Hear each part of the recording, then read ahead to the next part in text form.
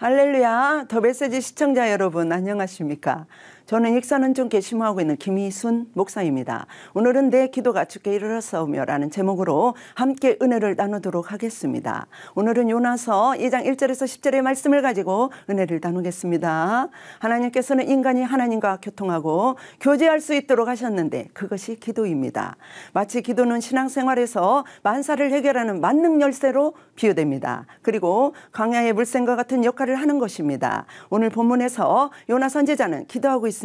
물고기 뱃속에서 기도하고 있습니다. 도저히 살아갈 수도 없고 숨통이 막히는 답답한 현실이지만 기도합니다. 소망도 희망도 없는 절망의 수월의 뱃속에서도 기도하였습니다. 언제 기도해야 할까요? 첫째, 병들 때 기도해야 합니다. 언제나 기도해야 하겠지만 특히 더 강한 치유와 회복의 능력이 나타나기 위해서는 몸과 마음이 병들었을 때 기도하면 기적을 체험할 수 있습니다.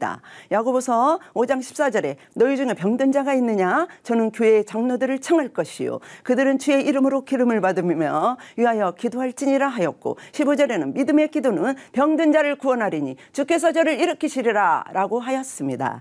사랑하는 성도 여러분, 병들었을 때 기도하라고 하시는 것은 하나님의 약속입니다. 열왕기하 20장 1절에서 8절에 보면 히스기야 왕은 죽을 병에 걸렸지만 눈물로 통곡하며 부르짖을 때 하나님께서는 그 눈물의 기도를 보시고 히스기야 왕을 죽을 병에서 건져주시어 아하스의 일령표를 물러가게 하시사 15년이라는 생명을 연장시키는 놀라운 은총을 내려주셨습니다.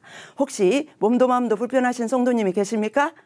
히스기야 왕처럼 눈물로 통곡하며 부르짖으세요. 말라기서 4장 2절에 모든 병을 고쳐주시는 위대하신 하나님이라고 하였습니다. 출애굽기 15장 16절에는 나는 너를 치료하는 여호와라고 하였고 우리가 보일러가 고장나면 보일러 기술자가 고쳐야 고쳐지듯이 전기가 고장나면 전기기사님이 오셔야 고쳐지듯이 사람의 고장난 것은 오직 창조주 하나님만이 고칠 수 있음을 믿으시기 바랍니다. 둘째, 답답하고 희망이 사라졌을 때 간절히 기도하시기를 바랍니다. 병소 때에도 기도해야 합니다. 그러나 위기 때 더욱 기도해야 합니다. 답답하고 희망이 사라질 때도 기도의 끈을 놓으면 안 됩니다. 요나서 2장에서 요나는 불순종하다가 큰 물고기 뱃속에서 거방 죽게 되는 고난과 위기와 숨통이 막히는 고통 중에 있었습니다. 그러나 그 위기 속에서도 포기하지 않고 하나님께 감사하면서 부르짖었습니다. 요나의 부르짖는 그 회개와 감사 기도는 무척이나 애절하였습니다. 수월의 뱃속에서 부르짖었다고 하였습니다. 수월은 무엇입니까? 지옥, 음부, 캄캄한 음부의 세계와 같은 장소입니다.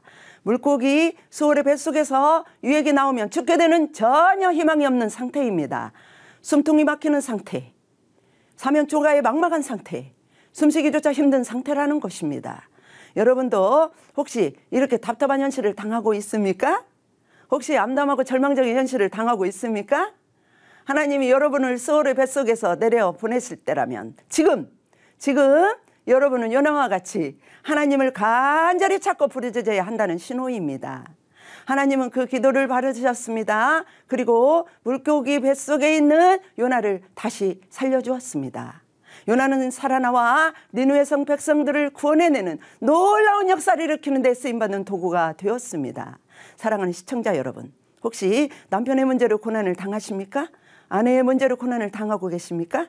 아니면 자녀의 문제입니까? 시한부 판정으로 고통스럽습니까? 가정 반탄의 문제입니까? 숨이 막히는 삶의 위기에 있으십니까? 포기하지 마시고 하나님께 요나처럼 부르짖으시기 바랍니다. 기적이 일어납니다. 역사가 나타납니다. 회복됩니다.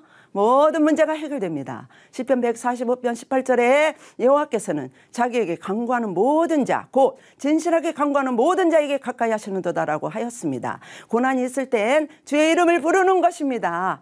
고통과 아픔이 있을 때 하나님 아버지를 찾아야 하는 것입니다. 하나님 아버지, 제가 잘못 살아왔습니다. 제가 순종하지 못하였습니다. 제가 그만했습니다. 내 인생의 문제를 가지고, 내 자녀 문제를 가지고, 내 가정 문제를 가지고, 내 질병 문제를 가지고 크고 작은 문제가 있을 때마다 주님께 부르짖으며 하나님 앞에 지나온 나의 삶을 돌아보며 낮아져서 회개하면서 하나님 아버지를 찾아야 합니다. 주님의 이름을 불러야 합니다. 시편 50편 15절에 한란 날에 나를 부르라. 내가 너를 건지리니 네가 나를 영화롭게 하리라고 하였습니다. 셋째, 항상 언제나 쉬지 말고 기도하시기를 바랍니다. 데살로니가전서 5장 17절에 쉬지 말고 기도하라고 하였습니다.